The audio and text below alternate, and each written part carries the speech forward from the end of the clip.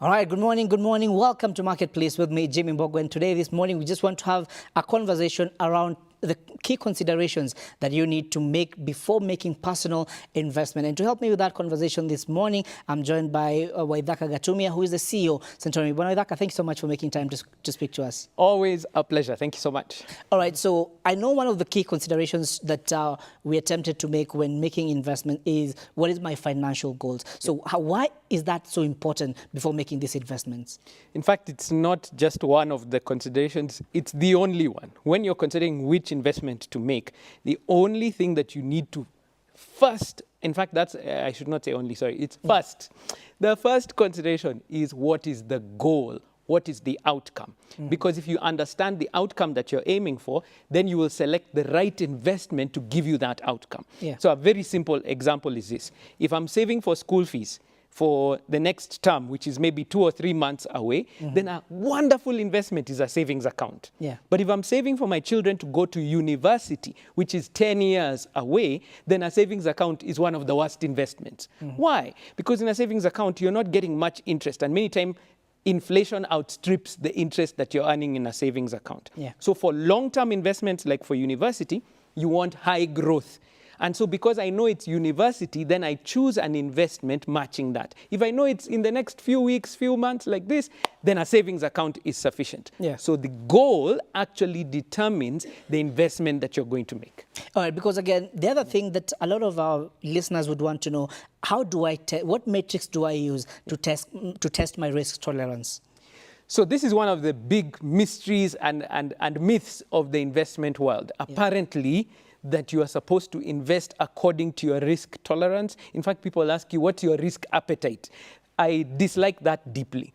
Because if you go according to your feelings and your risk appetite, then you'll make mistakes often. You go according, again, to the outcomes that you're aiming. So based on your outcomes, you select investments with the right potential return to match the goal that you have. So watch this. Why I said school fees for the short term is because with school fees for the short term, what's my goal? I need security, which means it's safe. That's why a bank savings account is good. It's safe. And when I need it, I can access it. So my goal is security and access. Now, when we talk about school fees for university, one of those good universities you want to send your children to, that's 10 years out. You want your money to be growing faster. Therefore, you need a higher rate of return. Now, the only places that you can find higher rates of return are investments that have higher risk. So you cannot say, I'm not going to invest where there's higher risk because I don't like risk. No, everything in life has risk. But you're selecting investments where you're getting the highest potential return. Then when you've selected them, out of them, you try and reduce the risk. That's the key part. So we're not trying to say here, please, no one is coming here to say, just throw every caution to the wind, invest in any risky affair that's coming because they're promising high returns. No. But we're saying you look at the rate of return, especially for long-term investments, and you select based on the rate of return, followed by mitigation against risk, which means now, if you know more about the investment, if you understand it, then you reduce the risk. If you go through accredited and investment vehicles that have oversight, like by the CMA or by the central bank, that they have that oversight, then you're able to reduce the risk. If you go with investors who have a history of good investments, then again, what do? Reduce the risk. But you cannot start off by saying, I'm not going to invest because there's risk. That's a big mistake. All right, because again, there's the question of the role of the macroeconomic environment and how much of an impact does that have on the kind of investment that you make? Here's the truth of the matter.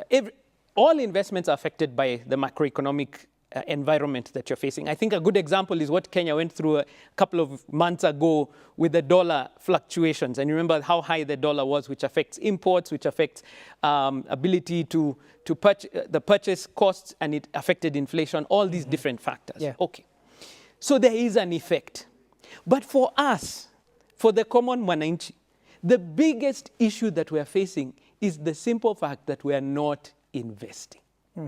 So I think that's the kind of discussion that you want to have with somebody who has been faithful, who has been continuously investing over a period of time. They have become familiar and good at the investments.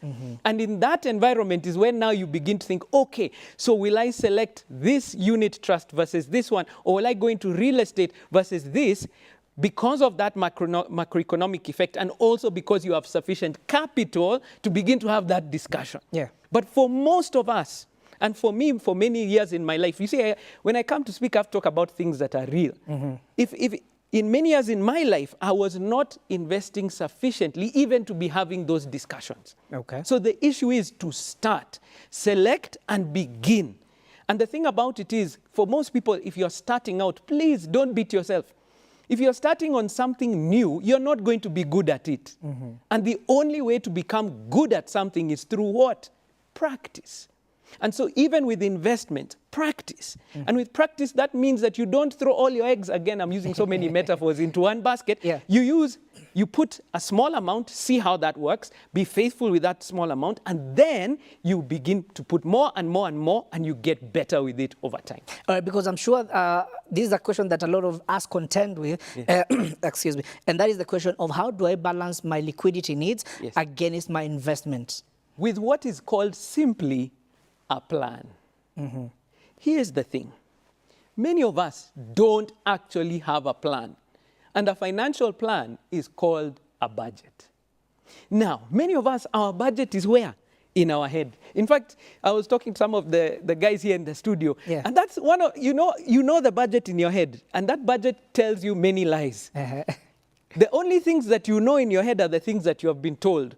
What your landlord told you to pay, what the bank told you to pay, what the school told you. Those are the ones you know. Where the rest of your money goes, there is usually a lot of fuzz. It is unclear where your money goes.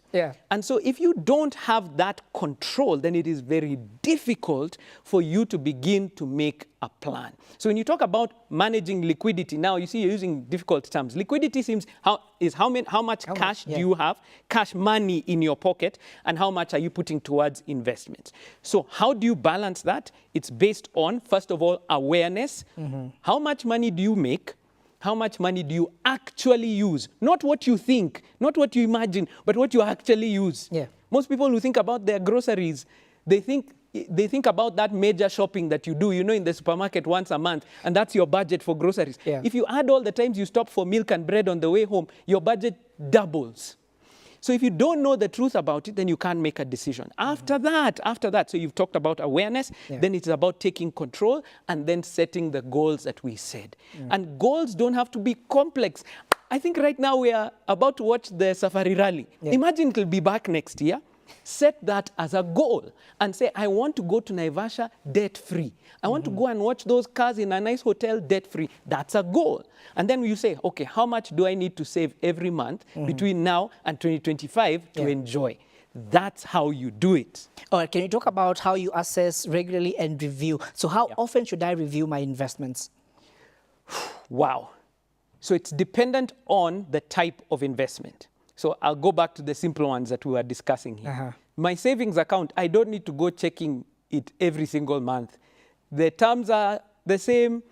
Unless there's anything major going on at the bank or the SACCO, the terms are the same. So my awareness, I don't need to go there every single month. However, for example, if you're investing in business through the stock market, for example, then it's really good to have like a daily awareness of what's happening in that industry. And most of us will get that information through the newspapers, through the media like yourselves, and picking that up and just seeing what's going on in the industry, just a general awareness. And that's the one thing I must applaud Kenyans for. Kenyans have awareness of especially the political environment that is there. And because of that, we pay attention to the news. We get a little bit of the business environment that is there. And that's really positive. But not just to know for the sake of knowing, but knowing for the sake of making decisions. All right. So again, in terms of balancing my portfolio, just looking at the short-term goals and the long-term goals, how do I consider which ones to put more money in and which ones to invest slowly over time? I know I'm going to sound like a broken record, but it's really about where's the goal? What's the outcome that you're looking for? And the truth of the matter is that most of the time, our long-term goals, like education for our children, happy retirement, home ownership, if you want to own a home, all those tend to have a large amount that is required over a longer period of time. And so what we do, for example, in the Centonomy classes is that we calculate, and we help you to calculate. We give you the tools. It's simple mathematics. We help you to calculate what is the outcome that you're aiming for. Then you simply do what? Work backwards and say, how much do I need to be investing daily, weekly, monthly, yearly to achieve that goal in the next 5, 10, 15 years? And we make that a real number based on inflation and the different factors that are there. So the allocation is based on what? On your goals. However, the selection of the investments now is also a part of the wisdom that we have. Because there is risk in any... If anyone comes and sits here and tells you this is a risk-free investment, please run away immediately, because that guy is lying to you. There is no investment with zero risk. It's just there's a varying amount of risk in each. So if you want one of the other mitigations against risk, it is, and when I say to mitigate, is to balance so that you're not getting all the risk on your side. It means that you're going to spread your investment. So if I go to the stock market, for example, and I buy shares, then I don't want to buy shares in just one company. I want to buy in multiple companies. Now, how do I diversify even further? I don't just now want multiple companies. I want multiple industries. So, for example, if I only have shares in the banks, because the banks are, I mean, they're the blue chip companies, part of the blue chip companies that are on the stock exchange.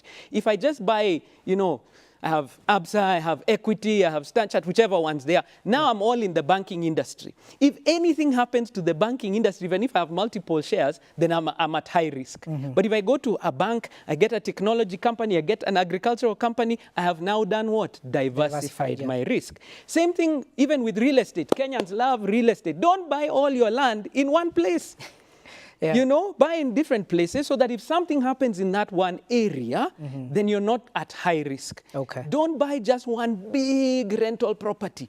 Because if you don't have a tenant, no cash. There's no cash. So, Mr. Waithaka, and I know probably this is going to be our last question. There is the question of a majority of Kenyans in terms of the earning bracket are between 0 to 100,000 Kenya shillings. So what percentage of my earnings should I put in investment? I dislike the percentage question, because the percentage question does not take into account your current position.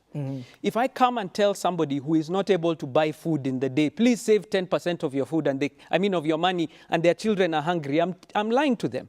It's the same way if I come to that young guy who's got his first job, it's a good paying job, he has no responsibilities, and I tell him save 10% of your income. I'm also lying to him. He should save more. So the plan is what guides the amount that you save and invest towards your goals. If you don't have a goal, you cannot be able to invest. I hope my repetition has helped someone to hear that. All right, Mr. Waithaka, thank you so much for making time to speak to us on this matter. And of course, we look forward to having more conversation around this, and just to help you, our listeners, understand where to put your money and what are some of the metrics to use while making this investment. That has been our time on Marketplace this Wednesday. Let's do this again, same time, same place next week.